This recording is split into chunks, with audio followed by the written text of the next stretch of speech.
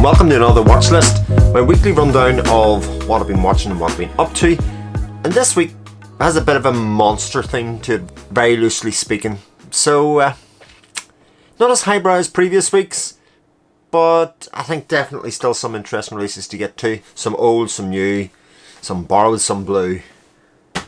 First up is a remake of a film, of an old film from the 1950s.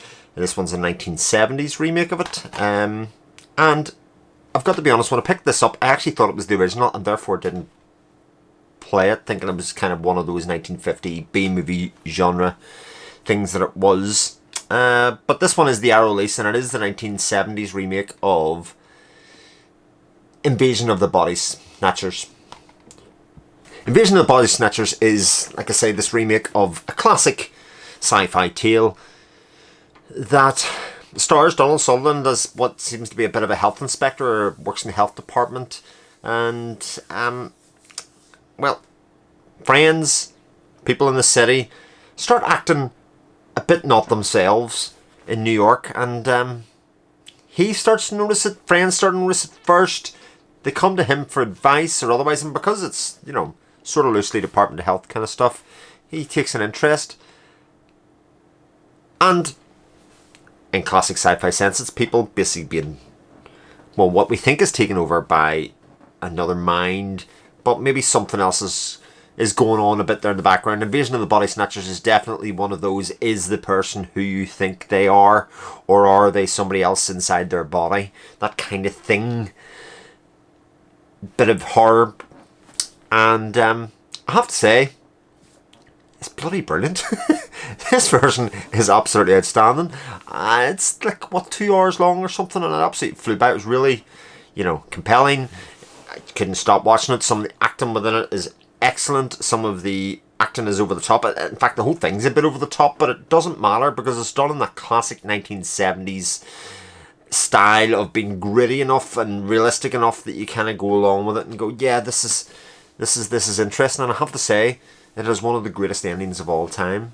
Just absolutely amazing ending. Kind of caught me by surprise, and one I just wasn't expecting at all. So that's Invasion of the Body Snatchers. It's obviously one of the older Arrow releases, given the menu, etc. But an absolute jam-packed, full of making of documentaries and interviews and all that kind of great stuff that you get on Arrow releases, and highly recommended.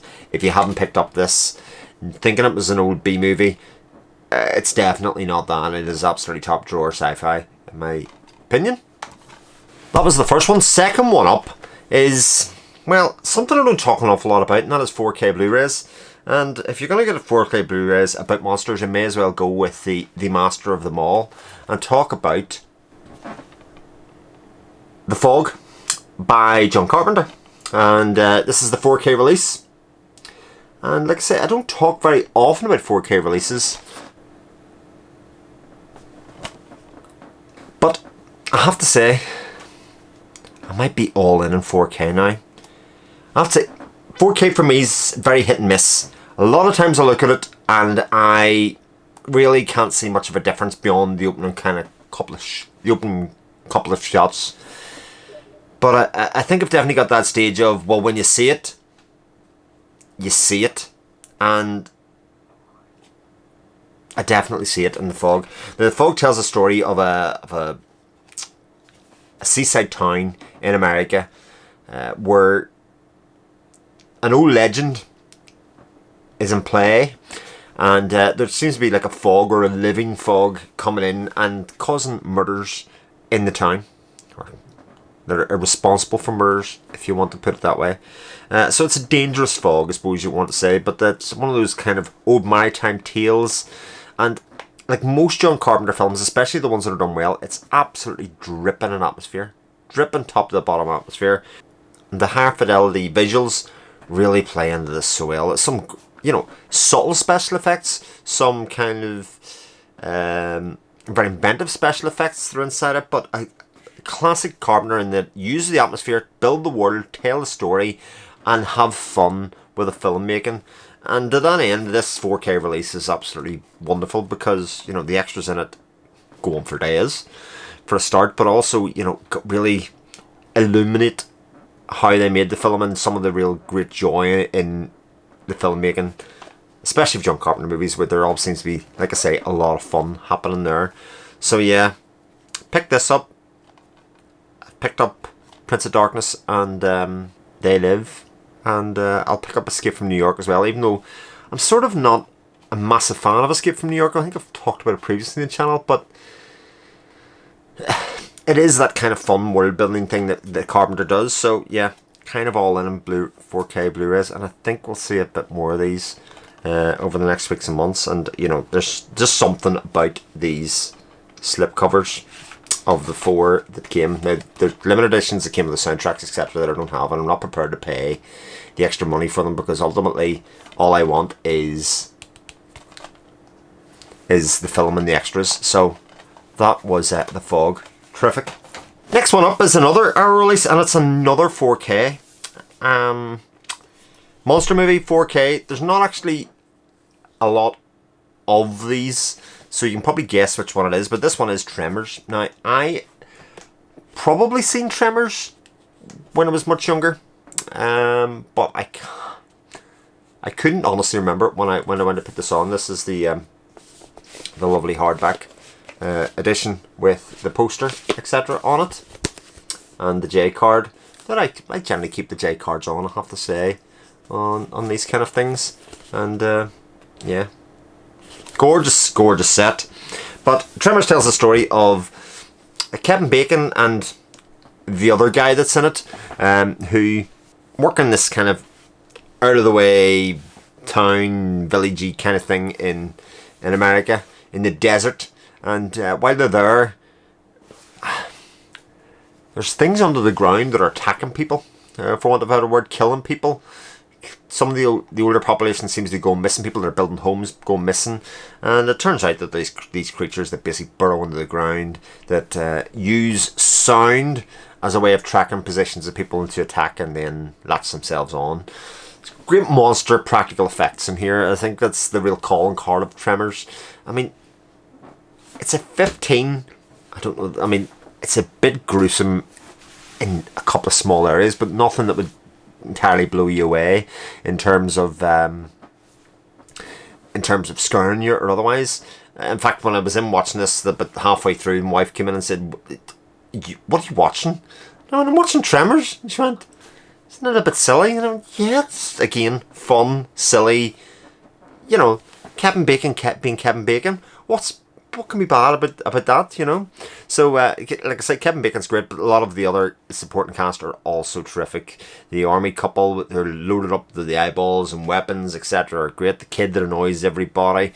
There's a lot of great characters in here, and you know, Tremors is great fun. And again, another release that's absolutely stacked top to bottom. I mean, the extras just seemed to go on when I was thumbing through it. It's going forever and ever and ever, and I'm only about halfway through them. I spent a good night and the next day working my way through it. I'm still kind of tossing about what to do with Tremors and go back to watch it, comedies, etc. I haven't even got reading the booklet yet. So yeah, a lot of stuff to still dig into in the Tremors release, and yeah, again, great fun, as most monster movies seem to be. Now, I always seem to recommend lots of really good movies, I think, interesting movies in the ways, and then occasionally you come across a film that's just really bad, and then you're left with a quandary of, is it good bad or bad bad? And for this one, I'm just not sure. I've got to be honest. This one could be good bad, could be bad bad, depending on how your state of mind is going into it. This is a Takashi Miike film. It is Terraformars. And this is about as silly as it gets. We have a rather merry bunch of people here that are all sent to Mars to fight an alien infestation on Mars, which is stopping them colonising it. They need to clear the bugs before they can colonise it. And they're not just anybody's. These are people that are criminals. And to save themselves from prison time, they get enlisted into this mission to Mars to eradicate the bugs, in kind of view of doing that instead of going to jail and spend their time there. Which isn't really all where it ends, because they're fighting bugs, rather ridiculously looking bugs, it must be said. But they're not just fighting them with guns. No, that would be boring. They are fighting them with bug DNA. And what I mean by that, each of them is given a hypodermic kind of spray, where when they inject themselves, they take on the characteristics of a bug or an insect. And if you know anything about insects, a lot of them have, ridiculous superpowers, like very strong exoskeletons. They can take damage, can jump really high, all that kind of stuff. Kind of the fun in this film is trying to find out what everybody's superpower is that they inject when they put it in themselves, give themselves this alien DNA. So to talk about them all would ruin what fun there is in the film. It's utterly ridiculous. It's played very, very much for laughs, or very much plays up to the ridiculousness. And like I said, I can't tell you it's good bad. I can't tell you if it's bad. It's somewhere in the middle, but it passed a Saturday afternoon for me. It was perfect Saturday afternoon, Sunday afternoon fodder for me, where you're looking at something that's a bit of that matinee. You don't want anything too heavy, too serious. You don't want anything that's, just complete another schlock. This is a sci-fi premise. It's ridiculous. It kind of pulls all together at the end. I enjoyed it. I don't know if I could recommend it, but if you have it in your collection and you want to know when's a good time to watch it, Saturday, Sunday afternoon is the time to do it. And dig it out then. I'm not going to get rid of it, let's put it that way. It's not something I would look at my collection and go, God, I got to get rid of that, I'll never watch that again. I very much might, as ridiculous as it sounds, because even the characters within it are caricatures or stereotypes, and they kind of all play for laughs, etc. There's not a serious bone in its body in Terraformars, and Takeshi Miike always does a solid job, no matter what genre he puts his hand to. And if you'd watch many of his films, he kind of does a bit of everything, so some good, some bad in there as well. And last one up isn't just one film, it's 6 films. It is the Karloff of Colombia set from Eureka that came out. Now, I actually did a written review of this, or a blueprint review, if you want to go and head there at some stage. So I got check discs for this, but I loved it so much that I went and bought a copy of it, because I do like the artwork, etc. inside. I do like how it's themed, etc. that's inside. You get your 2 discs, so the three films are spread over, 3 films in each disc. They're spread over 2 discs, and we have 6 movies. And I would say out of the 6, 5 of them are pretty good.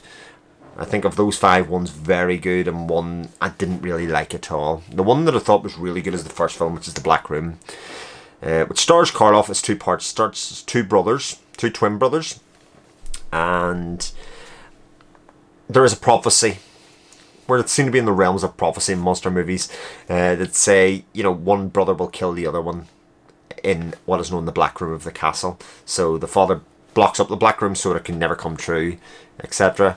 Of the 2 brothers, one's good, one's bad. There's some tales that tell them apart.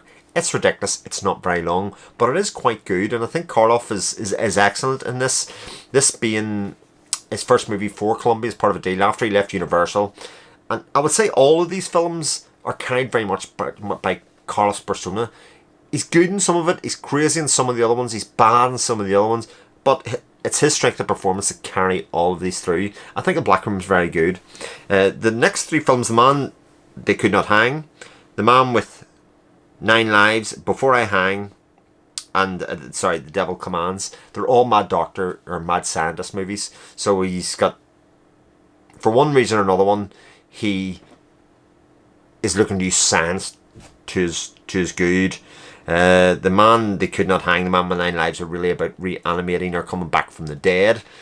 Good fun. Before I Hang is, somebody again trying to use science. He gets sentenced to death, and they give him respite in his last days before he gets killed to continue on his original work. Again, around that same thing. And The Devil Commands speaks or uses voices from the dead as he tries to reanimate or make contact with his wife from before. They're all a bit silly, they're all a bit crazy, they're all very short. Again, perfect for a monster movie. Perfect watch. I enjoyed pretty much the whole set, aside from The Boogeyman Will Get You, which is a farce. And it should be the best one because it has Peter Lorre in it, where they take on the monster movie and the mad scientist movie. It just didn't work for me. I was kind of bored about halfway through, given that it didn't work. First 20 minutes were okay, and then it fell off a cliff. The one thing that I'll say about this, and the bit that makes me really recommend it, is that each of the films has a commentary, and 3 of them are done by one pair of people and 3 of them are done by another one, and they're real treasure troves of knowledge about the era and the type of films that were there. So half of them are done by Kevin Lyons and Jonathan Rigby. You'll probably have seen those people on other releases. Namely like Jonathan Rigby, etc. I recognise from like the Hammer Horror box sets from Indicator. And then the other 3 commentaries are done by, well, regular contributor Kim Newman and Stephen Jones as well as the other one. So they do the other 3. I think all 6 commentaries are pretty good, even for the film that didn't like The Boogeyman. It's still a very good commentary, one that I enjoyed heartily, and I just think this is a great set and one of my favourite releases from the entire year so far. So that's my monster movie watch list. Like I say, not anywhere near as serious as my normal watch lists maybe are, nowhere near as highbrow, but there's all the fun in cinema for you. We'll probably check back in with some of the John Carpenter 4K releases in due course. But if you've made it this far, thank you very much. Let me know if you've seen any of these, what your thoughts are on any of these, and what you've been watching yourself, if you can, and I'll catch up with you in the comments. Thanks very much for watching. All the best.